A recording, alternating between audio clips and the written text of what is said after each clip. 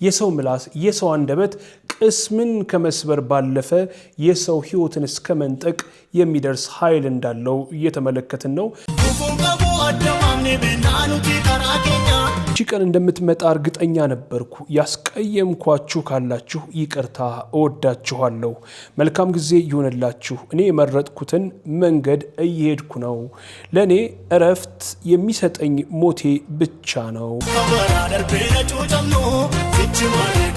እናት ደክማለች። መቼም ልጆችን የማሳደግ ፈተና ከማርገዝ ጀምሮ ያለው የሚካድ አይደለም። ስለዚህ ብታጠፋ እንኳን እናት እሱን በሆድ ይዞ እሱን ወደ ውስጥ ብሎ አድርጎ ለሰላምና ለፍቅር እጅ መስጠት ያስፈልጋል እንጂ የሆነ ነገር ታስቀምጥ አታስቀምጭም። እህቴ ናት የገዛችው። የሆነ ነገር ሲባል አንቺ ምን አገባሽ? የመጨረሻው ሐሳቤ የተወዳጁ የቴሌቪዥን ሾው አቅራቢ የሰይፉ ፋንታሁን ጉዳይ ይሆናል። ምናልባትም የቃላት ማና አንዳንድ ነገሮች የተፈጠረው ፕሮግራም መስራት እንጂ ፕሮግራም መሆን አልችልምና ወዳጆቼ የማህበራዊ ሚዲያ አጠቃቀማችንን እንድንመረምርና ወደ ኋላ መለስ ብለን እንድናይ የሚያስገድዱ አሳዛኝ ክስተቶች አሁንም መከሰታቸው ተጠናክሮ ቀጥሏል።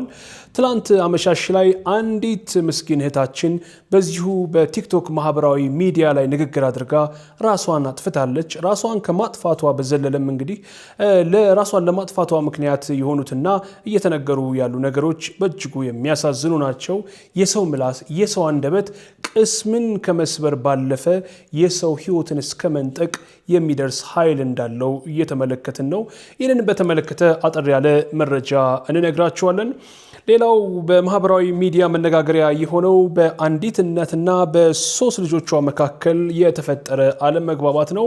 ሶስት ልጆች ወይም ሴት ልጆቿ በጋራ በመሆን በእናታቸው ላይ በአግባቡ አላሳደገችንም የሚል ክስ ይቀርባል። እናት በበኩሏ ለልጆቼ ስል በርካታ መከራና ፍዳ ባይም የኋላ ኋላ ልጆቼ እኔን ከመካስና ከመጦር በዘለለ በማህበራዊ ሚዲያ ላይ እየወጡ ስሜን እያጠፉ ነው የሚል ክስም ታቀርባለች። ይህንንም በተመለከተ እንነግራችኋለን። ተወዳጁ የቴሌቪዥን ሾው አቅራቢ ሰይፉ ፋንታሁን ትላንት ምሽትም ሌላ የደግነት ስራ ሰርቷል። ምንም እንኳ ሰይፉ ፋንታሁን ስለ ደግነትና እንዲሁም ስለ እርዳታ በተለያዩ ሚዲያዎች ባይናገርም ቅሉ በተለያዩ ጊዜያት ይህንኑ እንደሚያደርግ ሲገለጽ እንደነበርም ይታወሳል። ትላንት ምሽትም አንድ ቦታ ተገኝቶ ይህንኑ የደግነት ስራ ሰርቷል። የት ካላችሁ አብራችሁን ከቆያችሁ ነግራችኋለሁ። እስኪ ቻናላችን ወይም እናት ቲቪን ላይክ፣ ሼር፣ ኮሜንት እንዲሁም የደውል ምልክቱን በመጫን ሰብስክራይብ አድርጉ። በርካቶቻችሁ ፕሮግራሞቻችን ተከታተላላችሁ፣ ነገር ግን የደውል ምልክቱን በመጫን ሰብስክራይብ አታደርጉም። ላይክ እንዲሁም ሼር እንዲሁም ኮሜንት አታደርጉም። ያላችሁን ሀሳብ ስለ እናት ቲቪ የተሰማችሁን ሁሉ በኮሜንት መስጫው ላይ ልታሰፍሩልን ትችላላችሁ። እነዚህን ጉዳዮች አብራችሁ ስትቆዩ እንነግራችኋለን። እስኪ ይህን ቪዲዮ ላይክ በማድረግ ጀምሩ። ወደ መጀመሪያው እንግዲህ ትላንት ምሽት አንድ አሳዛኝ መረጃ ተሰምቷል። ወዳጆቼ እንግዲህ በቲክቶክ ማህበራዊ ሚዲያ ላይ ተመልክታችሁት ሊሆን ይችላል። ከ823,000 በላይ ቅድም እያየሁት ነበር። በሚገርም ሁኔታ እንግዲህ እሷ ራሷን ስታጠፋ ወደ 823,000 የሚጠጋ ተከታይ ነበራት በፌስቡክ ይመስለኛል። ከ260,000 በላይ ሰዎች ይከተሏታል፣ ያደንቋታል፣ የተለያዩ ማስታወቂያዎችን ያሰሯታል። ቅድም ስመለከተው ደግሞ ይሄው የተከታዮቿ ቁጥር ከ869,000 በላይ ተሻግሯል። ያው ከሞትም በኋላ ሶሻል ሚዲያን ፎሎ ማድረግ ባህሪያችን አሁንም እንዳለ ነው ማለት ነው። ይቺው ልጅ ራሷን ለማጥፋት የዳረጓት ምክንያቶች ምንድናቸው በሚልም በርካቶች እየመሰላቸውን በፌስቡክ እና በተለያዩ ማህበራዊ ሚዲያዎች እየተናገሩ ይገኛሉ።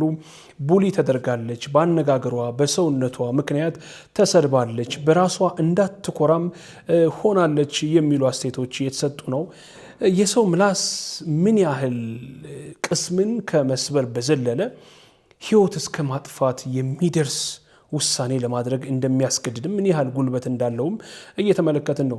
አንዳንዶች በቲክቶክ ገብተው ወይም ቪዲዮ ከተመለከቱ በኋላ ቪዲዮን አይቶ ማለፍ ያዳም ነው ወይም መብት ነው። ነገር ግን ከነዚህ ቪዲዮዎች ስር በመግባት የሚሰጡ አስተያየቶች፣ የሚሰጡ ሀሳቦች በሰው አእምሮ ውስጥ ሌላ ኔጌቲቭ ሆነ ወይም አሉታዊ የሆነ ተጽዕኖ እንደሚያሳድር ብዙዎቻችን እየተገነዘብን አይደለም። ከዚህ በፊትም ተመሳሳይ ሀሳቦች ተመሳሳይ ክስተቶች መከሰታቸው የሚታወስ ነው። ግን ከነዛ ክስተቶቻችን ምን ተምረናል? ምን አይተናል? ልጆች ወጣቶች ናቸው። በእድሜ ከፍ ቢሉ ነገሮችን ማመዛዘን በሚችሉበት ይሄ ነገር እኔ ጋር የሚፈጥረው ነገር የለም በሚሉበት እድሜ ቢሆን ችግር የለውም። ነገር ግን ገና ታዳጊዎች ናቸው። እንወደዳለን፣ እንፈቅራለን፣ በበርካቶች እንፈለጋለን በሚል የአፍላ እድሜያቸው ላይ ሆነው እንዲህ አይነት ያለመፈለግ ሰውነታቸውን፣ መልካቸውን፣ ንግግራቸውን በመንቀፍ የሚሰጡ አስተያየቶች እንዲህ ያሉ የሞት አሳዛኝ ዜናዎችን እንድንሰማ እያደረጉንም ይገኛሉ። በጣም ያዘንኩት እንግዲህ ቦኒ የተለያዩ ስራዎችን ስትሰራ ነበረ። ከሊስትሮነት ተነስታ ነው አሁን ያለችበትን ደረጃ ወይም የእውቅና ደረጃ እንድታገኝ የቻለችው። በርካታ የህይወት መንገዶችን ታልፋለች። አሳዛኝም እጅግ ልብን የሚሰብሩ የህይወት መንገዶችንም ስትጓዝ እንደነበረ እንግዲህ ወላጆቿ በማህበራዊ ሚዲያዎቻቸው ላይ እየገለጹ ይገኛሉ። የሊስትሮ እቃዋንም ይዛ የተነሳችውን ፎቶ በፌስቡክ ላይ ተለጥፎ ተመልክቻለሁ። እንዲህ አይነት ወጣት ሴት ልትበረታታ፣ አይዞሽ በርቺ፣ ነገሽ ደግሞ የተሻለ ነው የሚል ሀሳብ ሊሰጣት እንጂ አንቺ እንደዚህ ነሽ፣ እንደዚህ ነው የምትናገሪው፣ እንደዛ ነው የምታደርጊው የሚል ሀሳብ መስጠት ምን ያህል አሳዛኝ ነገሮችን እያስከሰተብን እንደሆነ እየተመለከትን ነው። በርካቶችም ልትመለከቱ ትችላላችሁ። በተለይ እሷ ለመጨረሻ ጊዜ ገመድ ሰቅላ ከኋላዋ የሰጠችው ወይም በሰራችው ቪዲዮ ስር በመግባት የኛም ቀን መቼ ነው፣ እኔ ራስ ወዳድ ነኝ ያንቺን ለመከተል እንዲህ የሚሉና ራስን ለማጥፋት የሚያጓጉ ነገሮች ሁሉ እንዳሉ የተመለከትኩት ነው። ቀን ያልፋል፣ ነገ ሌላ ቀን ነው። ነገ የሚመጣ የዛሬ ጀንበር ነገ አትኖርም። ምክንያቱም እንደየእድሜያችን እንደየሁኔታዎች በየቀኑ የሚቀያየሩ ነገሮች ይኖራሉ። ስሜታዊ ሆነን ወይም በሚሰማ መጥፎ ስሜት ውስጥ ሆነን በቅጽበት የምንወስዳት እርምጃ ግን ህይወታችንን አጉል ቦታ ላይ ትጠላለችና በርካቶቻችን ይህንን ብናስተዋል ጥሩ ነው። ከቻላችሁ እንደ ሁላችሁም ይህን ቪዲዮ የምትመለከቱ በዛ ቪዲዮ ስር ሄዳችሁ እንዲህ አይነት እኔም ወዳንቹ ነኝ እኔም ያንቺ እድል ይድረሰኝ አይነት ኮመንት የጻፋችሁ ወጣቶች ይህን ነገር ብታጠፉት ደስ ይለኛል። ተስፋን ሁኔታዎችን እውነት ነው አስቸጋሪ ነው ለብዙዎቻችን የህይወት መንገድ ቀላል እየሆነልን አይደለም። እየታገልን ነው፣ እየደከምን ነው። ህይወትን ለማሸነፍ ኑሮን ለማሸነፍ እየደከምን እየታገልን መሆኑ ይታወቃል። ነገር ግን እንደዚህ ኔጌቲቭ የሆኑ ሀሳቦችን ደግሞ ጨለምተኛ ሆነን ራሳችን ላይ መጥፎ ነገር ለማድረግ እያስብን መሆናችንን መግለጽ ደግሞ ተገቢነት አለው ብዬ አላስብም። መጸለይ ሁልጊዜም ከኛ በላይ የሆነ አምላክ ለኛ እንዳለልን መረዳትም ወይም በየምናምነው እምነት ጸሎት ማድረግም አንዱ መፍትሄ ይመስለኛል። እንግዲህ ለቦኒ ለወዳጆቿ፣ ለቤተሰቦቿ በአጠቃላይ መጽናናትን እንመኛለን። ወጣቶች ከእንዲህ አይነት መንገድ ራሳችሁን ብታርቁ። እኔ ያው ምክርና ቡጤ ለሰጪው ቀላል ነው የሚባለው እሱን አውቃለሁ። ግን ቢያንስ መልካም ነገሮችን እንድናይ ቢሆን ጥሩ ነው። ለመጨረሻ ጊዜ የጻፈችውን ሀሳብ በኦሮምኛ ነው እሷ የተናገረችው። አንድ የኦሮምኛ ቋንቋ የሚችል ሰው ተርጉሞት አግኝቼ ነው። ይቺ ቀን እንደምትመጣ እርግጠኛ ነበርኩ። ያስቀየምኳችሁ ካላችሁ ይቅርታ፣ እወዳችኋለሁ። መልካም ጊዜ ይሁንላችሁ። እኔ የመረጥኩትን መንገድ እየሄድኩ ነው። ለእኔ እረፍት የሚሰጠኝ ሞቴ ብቻ ነው የሚል ሀሳብን ወይም የመጨረሻ ቪዲዮ ላይ ይህንን ንግግር አድርጋ ቦኒ ወይም ከ863 ሺህ በላይ ሰው የሚከተሏት በቲክቶክ ማህበራዊ ሚዲያ በፌስቡክ ላይ ከ260 ሺህ በላይ ሰዎች የሚከተሏት እህታችን እንግዲህ እንዲህ አይነት መልእክት አሳላልፋ ወይም በቲክቶክ ቪዲዮ ላይ እንዲህ አይነት ቪዲዮ ጭና ራሷን አጥፍታለች ማለት ነው። እጅግ ያሳዝናል፣ በእጅጉ ልብ ይሰብራል። እንዲች አይነት ወጣትን ማጣት ደግሞ በሰው ምላስ በሰው አንደበት እና እባካችሁ እንዲህ አይነት መጥፎ ሀሳብ የምትሰጡ ሰዎችን ቡሊ የምታደርጉ ሰዎችን የምትሳደቡ የምላሳችሁን ፍሬ ትበላላችሁ። ነገ በእናንተ ባይደርስ በእናንተ የቅርብ ሰው ላይ ሊደርስ የሚችል ነገር ነውና እባካችሁ አስቡበት። የማህበራዊ ሚዲያ አጠቃቀማችሁን በልክ አድርጉት። የምትናገሩትን ነገር ብትጠነቀቁበት መልካም ነው የሚል ሀሳብ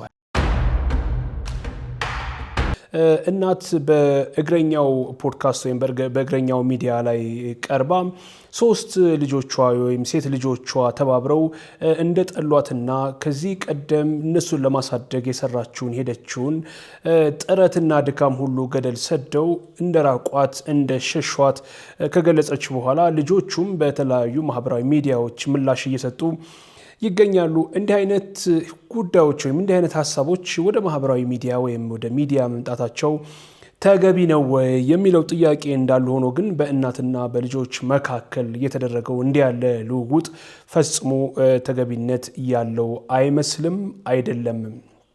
እርግጥ ነው በቤተሰብ መካከል ግጭት ሊኖር ይችላል፣ አለመግባባት ሊኖር ይችላል። በተለይ ደግሞ እንደ ባህል እንደኛ እንደ ኢትዮጵያውያን ባህል እናት የሁሉ ነገር መሸሸጊያ የሁሉ ነገር ጌጥ እንደሆነች ይታወቃል። ምንም እንኳ ችግር ቢፈጠር ምንም እንኳ መቃቃርና ለመግባባት ቢኖር ነገሮችን በሰላማዊ መንገድ ወይም በሽማግሌ መፍታት ሲገባ ነገሮቹ ተጋግለው ወይም አቅጣጫ ስተው እንግዲህ በማህበራዊ ሚዲያ የስድብ ልውውጥ እስከ መደረግ የደረሰበት ነገር ተመልክተናል። እናት የምትለው በተለያዩ አካባቢዎች ይኖራሉ ይመስለኛል። እነዚህ 3 ሴት ልጆች ከልጅነታቸው ጀምሮ አሁን እንዲደርሱ በርካታ ስራዎችን ሰርቻለሁ፣ እነሱን ለማሳደግ ደክም ያለው ትላለች። ልጆች በበኩላቸው እኛን ስታሳድግ ያስተዳደጓ ወይም ያሳደገችን መንገድ ትክክል አይደለም የሚል ነቀፌታን ነው ወይም ትችትን ነው የሚያቀርቡት። በትናንትናው ዕለት ይመስለኛል በአንድ የቲክቶክ ገጽ ውስጥ ገብተው እናትና ልጆች ኃይለ ቃል ሲለዋወጡም ሰምቻለሁ።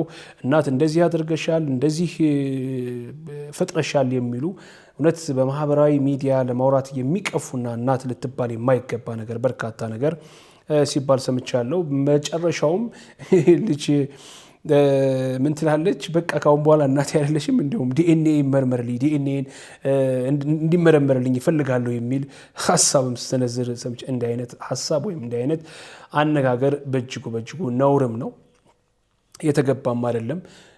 እንዳልኩት እንግዲህ አለመግባባት ቢኖር አለመስማማት ቢኖር እንኳን በጓዳ በውስጥ ተነጋግሮ መሸፈን ካልተቻለም እኮ መራራቅ ይቻላል፣ ችግር የለውም። በቃ አለመነጋገር በራስ ህይወት መንገድ መሄድም ይቻላል። ግን እናት እንዲያረግሽ ልጆች እንደዚህ ያደረጋችሁ የሚል ነውር የሆነ በማህበራዊ ሚዲያ ሊነገር የማይገባው አጸያፊ ነገር ሁሉ ሲባል ተመልክቻለሁ። እናት ጫት ጥቅም ያለሽ ሰዎች ተሰበስብ ያለሽ አይነት ሊባል የማይገባው ነውር ነው ይሄ። ብዙ ነገሮች በማህበራዊ ሚዲያ ሲመጡ ወይም ወደ ሚዲያ ሲመጡ ቤተሰባዊ ነክ ከሆኑ ጥንቃቄ ሊደረግባቸው ይገባል። ምክንያቱም የአንድ ቤተሰብ ታሪክ የማህበረሰብ ታሪክ የሚሆንበት ብዙ እድል አለው እና ሌሎችም ቅሬታ ያላቸው በቤተሰቦቻቸው ላይ ቅሬታ ያላቸው የተወሰነ መጋጨት ያለባቸው ሁሉ ወደ ማህበራዊ ሚዲያ እየመጡ ያ ግንኙነት ያ የማይበጠስ በእናትና በልጆች መካከል ያለ ግንኙነት ሊበጠስ የማይችል ነው። የደም ትስስር ነው። ግን ሊበጥስ የሚችል ጭራሽ እንደው መቃብሬ ላይ እንዳትገኝ ሊያባብል የሚችል ንግግር መናገርም ተገቢ አይደለም። ይህንን ጉዳይ የሚሰሩ የማህበራዊ ሚዲያ ሰዎችም እዚሁ ጉዳይ ላይ ትኩረት ማለት ማነጋገሩ እንዳለ ሆኖ ሰላም ለመፍጠር ሽምግልና ለመቀመጥ ማድረጉ እንዳለ ሆኖ ግን ጭራሽ ሊያራርቁ የሚችሉ በሆድ ውስጥ ቁርሾ ሊያስቀምጡ የሚችሉ ሀሳቦች ሲሰነዘሩ ግን አይ እዚህ ጋር መቆም አለበት የሚል ሀሳብም መሰንዘር አለባቸው። ዝም ብሎ የሰው ገመና የራሳችሁን ገመና እንዲወጣ እንደማትፈልጉት ሁሉ የሰዎች ገመና ዝም ብሎ ሲወጣ ማድረግ ያለባችሁም አይመስለኝም። አይ ነገር አይደለም። ሰላም ለመፍጠር መቼም ችግሮች መነጋገር መወራታቸው ይኖር ይችላል። ነገር ግን የትኛው መወራት ያለበት በምን አይነት አውድና ሁኔታ ውስጥ ነው መወራት ያለበት የሚለውም ከግምት ውስጥ መግባት አለበት። እኔ ፈጽሞ ማለት እንደ ባህልም እኛ ኢትዮጵያውያን እንግዲህ እናት ሲባል በብዙ ነገር እንደምንገልጻት በብዙ ነገር እንደምናያት እንዲህ አይነት ሀሳቦች መሰንዘራቸው በጣም ነው ያሳዘነኝ። በጣም ነው ያሳፈረኝ። እውነቴን ነው የምላቸው። በተለይ ልጆቹ የሚሰጧቸው ሀሳቦች እናት ደክማለች። መቼም ልጆችን የማሳደግ ፈተና ከማርገዝ ጀምሮ ያለው የሚካድ አይደለም። ስለዚህ ብታጠፋ እንኳን እናት እሱን በሆድ ይዞ እሱን ወደ ውስጥ ብሎ አጥ አድርጎ ለሰላምና ለፍቅር እጅ መስጠት ያስፈልጋል እንጂ እናትም ማዋረድ እናትም መዘርጠጥ ተገቢነት የለውም። እናትም ብትሆን እንግዲህ ልጆቿ ናቸው፣ ሊያጠፉ ይችላሉ፣ ወጣቶች ሊሆኑ ይችላሉ። እነዚህን ልጆች በሽማግሌም ሆኖ ማስመከር ይጠይቁኝ፣ እናታቸው ነኝ፣ ደክሜያለሁ፣ ለፍቻለሁ፣ የእናትነት ወግ ማየት አለብኝ የሚል ጥያቄንም ማቅረብ ትችላለች። አደብ ባለው ወይም በሚገባ መልኩ እንጂ በመዘራጠጥ በክፉ ቃል ወይም በክፉ የእርግማን መንፈስና የእርግማን ቃልም መሆን የለበትም። እኔ ሲረጋገሙና ሲሰዳደቡ በመስማቴ ከልብ አዝኛለሁ። እንዲህ አይነት ሀሳቦች ፈጽሞ ወደ ሚዲያ ባይመጡና በውስጥ ቢያልቁ ባይነኝ። አሁንም የተፈጠሩ ችግሮች እንደተፈጠሩ ሆነው በእናትና በልጆች መካከል ያለው ፍቅር ዳግም እንዲደረጅ፣ ዳግም ቤተሰብ እንዲቀራረብ፣ እናትም ጧሪ ቀባሪ ማጣት የለባትም። ለፍታለች፣ አሳድጋለች። በምንም አይነት ሁኔታ ውስጥ ይሆን እነሱ በተናገሩት ሁኔታ ውስጥም ይሆን እናት በመሆኗ ብቻ ልትከበርና የእናትነት የታላቅነት ክብር ሊሰጣት ይገባል የሚል ግላዊ ሀሳብ አለኝ። ይህንን ሀሳቤን ወደ እናንተ ላድረሳችሁ ብዬ ነው። የመጨረሻው ሀሳቤ የተወዳጁ የቴሌቪዥን ሾው አቅራቢ የሰይፉ ፋንታሁን ጉዳይ ይሆናል። ሰይፉ ምንም እንኳ ይናገር እንጂ በተለያዩ ጊዜያት ከእርዳታ ድርጅቶች ጋር በተያያዘ እንደ መቄዶንያ ላሉ የእርዳታ ተቋማት ምን እንዳደረገም እናስታውሳለን። ከዚህ በዘለለ ለግለሰቦች፣ ለታመሙ ሰዎች በተለያዩ ጊዜያት ድጋፍ ያደርጋል። የእኛ የሚዲያ ተከታታዮች በሚዲያችን ስም በሰይፉ ፋንታሁን ስም እያለ የተለያዩ ድጋፎችን ያደርጋል። ይህ ሊያስመሰግነው የሚገባ ጉዳይ ነው። እንደ ባህልም እንደዚህ ሲሆን ጥሩ ይመስላል። አሁን በየቲክቶኩ በየምናምኑ የምናየው እርዳታ የማሰባሰቡ ሰውን የመደገፉ ጉዳይ እንዳለ ሆኖ ግን እንደ ሰይፉ ያሉ የእርዳታ አሰጣጦችም ሊበረታቱና ሊደገፉ ይገባል የሚል የግል እምነት አለኝ። ሌላው ግን ትናንት በ53ኛው የአዲስ አበባ ዩኒቨርሲቲ የባህል ማዕከል የጥበብ ምሽት ላይ ተረኛ ተጋባዥ ወይም እንግዳ ነበረ። ሰይፉ ወደዚህ ፕሮግራም ባዶ እጁን አልመጣም። ይልቁንም ከዚህ ቀደም እንደሚያደርገው ሁሉ በዩኒቨርሲቲው ተምረው ለሚመረቁና የሱፍ ማሰፊያ ገንዘብ ለሌላቸው ያቺን የደስታ ቀናቸውን በሱፍ አለመልበስ ብቻ ሊያጧት ወይም በደስታቸው ቀን መገኘት ለማይችሉ 25 ወጣቶች በተለያዩ ጊዜያት በሰይፉ በኢቢኤስ ላይ የለበሳቸውን ሱፎች እንደሚሰጥ እና በዛም መድረክ ላይ እንግዲህ አስረክቧል። የአዲስ አበባ ዩኒቨርሲቲ የባህል ማዕከልም እንግዲህ ልዩ መታወሻ ሰጥተውታል። የስዕል ወይም የራሱ ምስል ያለበት ፎቶግራፍን በስጦታ መልክ አበርክተውለታል። ሰይፉ ፋንታሁን ለ30 ዓመታት በሚዲያው ላይ እንደዘለቀ ሰው እንግዲህ ለእኛም ያው ከፍ ስላለኝ ቀላል አይደለም። የእሱን ግማሽ ቢሆንም ቅሉ ለእኛም ሮል ሞዴል ሊሆን የሚችል ለእኛም የሚዲያ ሰዎችም ግንባር ቀደም የሆነ ሰው በመሆኑ ሊከበር ይገባል።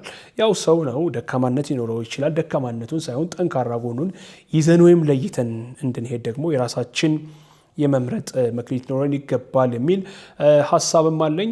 በዚሁ ምሽት ላይ ሰይፉ ለ30 ዓመታት የተጓዘበትን የሚዲያ ልምዱን ለአዲስ አበባ ዩኒቨርሲቲ ተማሪዎችና እንዲሁም በዛው ለነበሩ እንግዶች አቅርቧል። አንድ ጥያቄ ቀርቦለት ነበር። ሰይፉ ፋንታሁን ለአንተ ስኬት ምንድን ነው የሚል ጥያቄ ቀርቦለት ነበር። ለእኔ ስኬት በዋናነት እግዚአብሔርን መፍራት ነው ሲል መልሷል። ይህ ደግሞ ትልቅ አባባል ነው። ከምንም በላይ ሀብት ሊኖር ይችላል፣ ዝና ሊኖር ይችላል፣ ብዙ ነገር ሊኖር ይችላል። እግዚአብሔር ከመፍራት በላይ ግን ሌላ ትልቅ ሰክሰስ ወይም ሌላ ትልቅ ውጤት ሊኖር አይችልም። ከመጀመሪያው ጀምሮ እንግዲህ ከአደገበት ከተነሳበት የሚዲያ ስራን ሀብሎ ከጀመረበት ጀምሮ አሁን እስካለበት የሚዲያ ገናናነት ድረስ ሰይፉ ፋንታሁን በዚሁ የአዲስ አበባ ዩኒቨርሲቲ 53ኛው የባህል ማዕከል የልምድ መለዋወጥ ወይም የኪነ ጥበብ ምሽት ላይ ተናግሯል። ጓደኞቹ አጅበውት ነበረ። በጣም ድንቅ ምሽት ነበረ። በአዲስ አበባ ዩኒቨርሲቲ 53ኛው የባህል ማዕከል የጥበብ ምሽት ማለት ነው። እሱ ብቻ ሳይሆን እንደ አርቲስት አበበ ባልቻ ያሉ ሌሎችም በርካታ የኪነ ጥበብ ባለሙያዎች በዚሁ የአዲስ አበባ ዩኒቨርሲቲ የባህል ማዕከል የኪነ ጥበብ ምሽት ላይ ቆይታ ያደረጉና ልምዳቸውን ያካፈሉ የኪነ ጥበብ ባለውለታዎች እንዲሁም የሚዲያ ተጽዕኖ ፈጣሪዎች ናቸው ማለት ነው። ሰይፉ ፋንታሁን እንግዲህ በትናንትናው ዕለት 25 የሚሆኑ በተለያዩ ምክንያቶች ሱፍ ማሰፋት ላልቻሉና ለሚመረቁ ተማሪዎች ይህንኑ የሱፍ ስጦታ አበርክቷል። ከዛ በፊት በነገራችን ላይ በተመሳሳይ በየዓመቱ ሰይፉ ይሄንን ያደርጋል። አምናም ወደ 40 የሚጠጉ በዚሁ የቴሌቪዥን ሾው ላይ ሲለብሳቸው የነበሩ ሱፎችን በተመሳሳይ መልኩ ለአዲስ አበባ ዩኒቨርሲቲ ተመራቂ ተማሪዎች እንዳስረከበም ተነግሯል። እንግዲህ ሁለት ነገር ነው። አንድ የሱፍ ልብሱ እንዳለ ሆኖ ያው ምናልባት እሱን አላቅም የስፖንሰር ሊሆን ይችላል። ያው የልብሱ ሁኔታ እሱ ባይገለጽም ተገዝቶም ቢሆን በማናቸውም ሁኔታ ብቻ ሰይፉ በሰይፉ ኢቢኤስ ላይ ልብስ ለብሶት ከሆነ ልብስነቱ ብቻ አይደለም ሰይፉ በኢቢኤስን በሚያክል ትልቅ የቴሌቪዥን ሾው ላይ የተለበሰ ልብስ መሆኑ እኔ ትርጉም የሚሰጠው ይመስለኛል። ከዚህ ጋር ታይዟል አይደል? አሁን ትልልቅ ሰዎች የሚያደርጓቸው ለምሳሌ እግር ኳስ ተጫዋቾች የሚያደርጉት ጫማ፣ የሚለብሷቸው ልብሶች ገናና የሆኑና ተጽዕኖ ፈጣሪ ሰዎች በጨረታ እንኳ በከፍተኛ ብር ሲሸጥ ተመልክተናልና የሰይፉ በኢቢኤስ የለበሳቸውን ልብሶች ለአዲስ አበባ ዩኒቨርሲቲ ተመራቂ ተማሪዎች እንግዲህ በምን አይነት መልኩ እንደሚያከፋፍሏቸው አላቅም። እሱ ግን በመድረኩ ይህንን እዚሁኑ ሱፎች ወይም ሙሉ ልብሶች አስረክቧል። ሰይፉ ፋንታሁን ለደግነትህና በየጊዜያቶች ለምታደርጋቸው የበጎነት ተግባራትህ እጅግ ልትመሰገን ይገባል። በዚሁ እንግዲህ ጨማምሮ ይስጥህ በግሌ ለማለትም እወዳለሁ። ስራህ እንዲባረክልህ፣ የጀመርካቸው ነገሮች ሁሉ ስኬት እንዲኖራቸውና ከግብ እንዲያደርሱ። በእርግጥ ትልቁን ነገር ይዘኸዋል። ትልቁን የእውቅና ማማ፣ ትልቁን የሀብትም ማማ ይዘዋል። ግን ከዚህ በላይ ጤናና እድሜ እንዲሁም የቤተሰብ ሰው እንዲያደርግህ በግሌ እመኝልሃለሁ። እንግዲህ ለዛሬ ያዝናቸው መረጃዎቻችን ይህን ይመስሉ ነበረ። ወዳጆቼ ግን ቻናላችንን አሁንም ላይክ፣ ሼር፣ ኮመንት አድርጉ። የደውል ምልክቱን በመጫን ሰብስክራይብ አድርጉ። ቤተሰብ ሁኑ። በምንጭናቸው በእያንዳንዱ ቪዲዮዎች ስር እየገባችሁም ላይክ፣ ኮመንት ማድረጋችሁን አትዘንጉ። ብዙ ቤተሰቦች ያስፈልጉናል። አሁን ወደ 67,000 እየጠጋን ነው። በቅርብ ወደ 100,000 መድረስ አለብን። የተለያዩ እናቶችን ታሪክ ይዘን እንመጣለን። የተለያዩ ቤተሰቦችን ታሪክ ይዘን ወደ እናንተ እንመጣለን። እናንተ እንድትማሩባቸው እንድታውቋቸው ብለን ያሰብናቸውን ፕሮግራሞች ሁሉ ወደ እናንተ ይዘን እንመጣለን። ይህ ደግሞ ዋነኛ ተልኳችን ነው። አብራችሁን ስለነበራችሁ ከልብ እናመሰግናለን። ቻው።